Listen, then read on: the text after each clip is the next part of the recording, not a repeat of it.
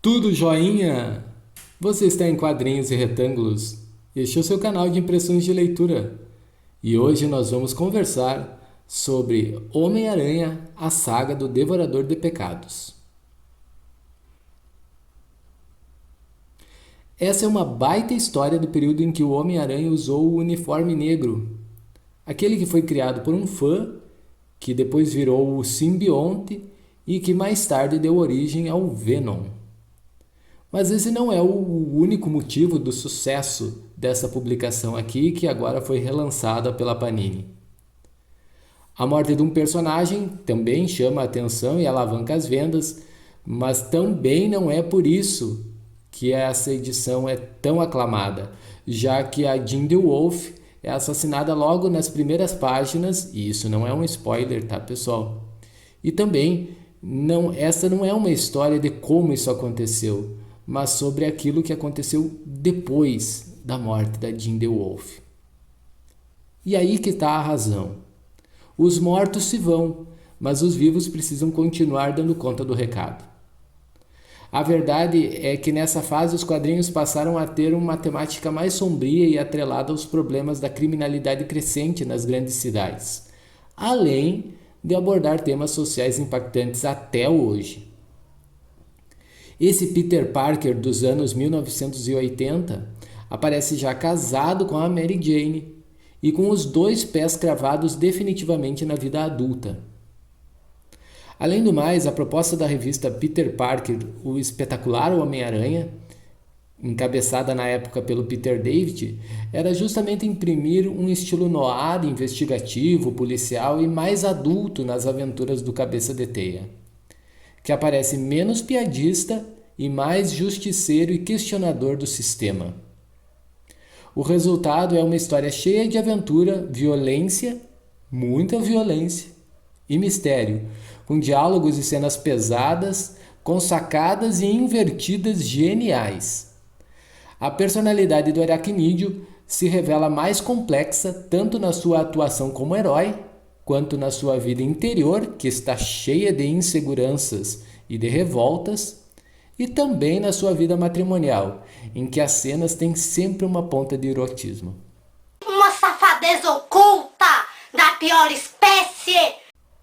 O fato de o vilão da história ser apenas uma pessoa comum sofrendo de alguma coisa parecida com esquizofrenia torna o drama ainda mais crível e palpável.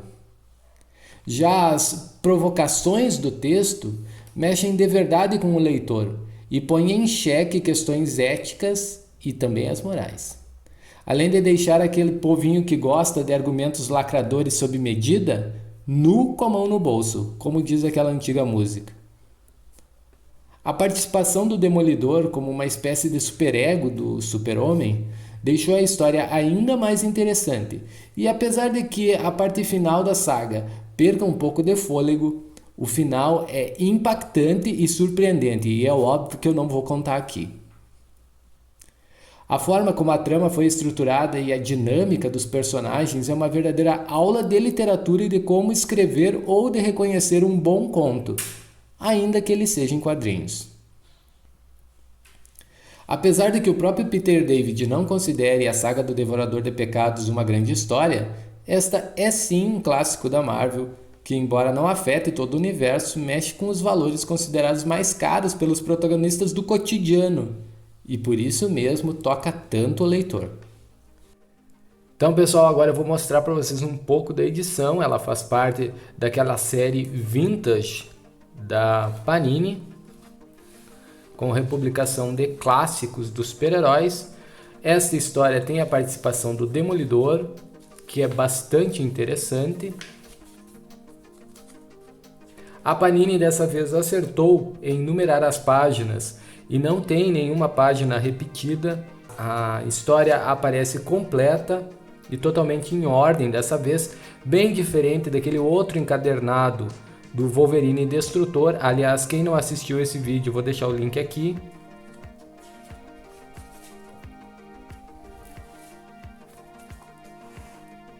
No final nós temos um texto bastante interessante, onde o próprio Peter David conta o que há por trás da morte da Ginger Wolf.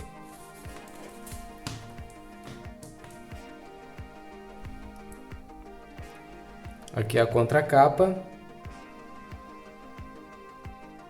E essa edição é aconselhável para maiores de 12 anos, porque como eu comentei antes, ela tem muita violência.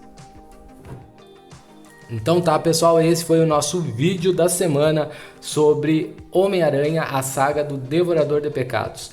Não esquece de comentar aqui embaixo a sua impressão de leitura sobre esse quadrinho e de deixar o seu like, ele é muito importante para nós.